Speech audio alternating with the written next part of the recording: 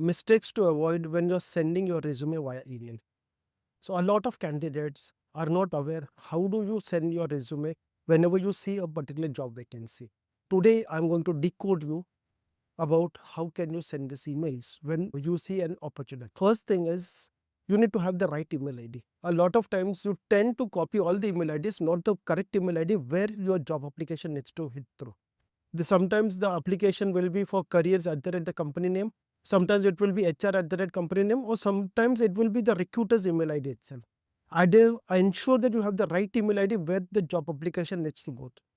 Second part is your subject line. Your subject line needs to mention the job title, and if there's a code, then the code. And then applying for this particular job title in that fashion, not job applicant. Job applicant is a generic word. Third part is address to the right person. If there is no person, then you need to just mention hi or hello sir or ma'am. But if there is a person, part of that particular recruiter, or you know who's the recruiter, then you can address that person. Then comes the cover letter. Your cover letter needs to be part of that email which you're sending as a part of job application. It needs to talk about who you are in 2 lines, why you are eagerly looking for that particular position, and why you want to work for this particular company. These three things have to be addressed.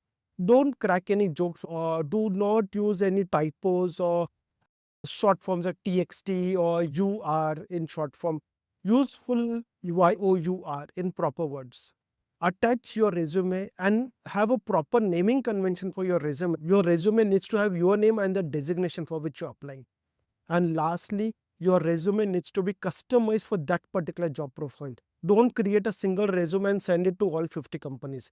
Each company has a particular JD for that particular profile. Even if you are an operations manager in one company, but in another company, they need a client service.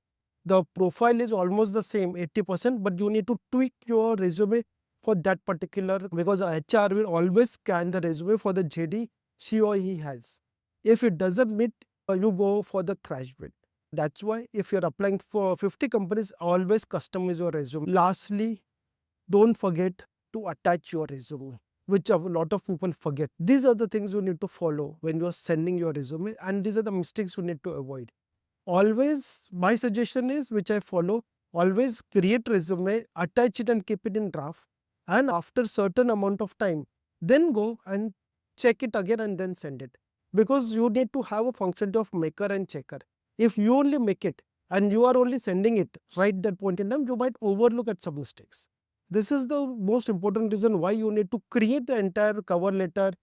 We put all the email IDs, the subject line, attachment and everything, but save it as a draft. We revisit the draft, check everything and then send. I hope I was able to give insights about all the mistakes applicants often make when sending their resume for recruitment. I'm Moses here, and my channel is all about what they don't teach you in schools and colleges. If you like this video, please click on the like button. And if you have any comments or if you have anything that you want to know, please drop a comment. Thanks.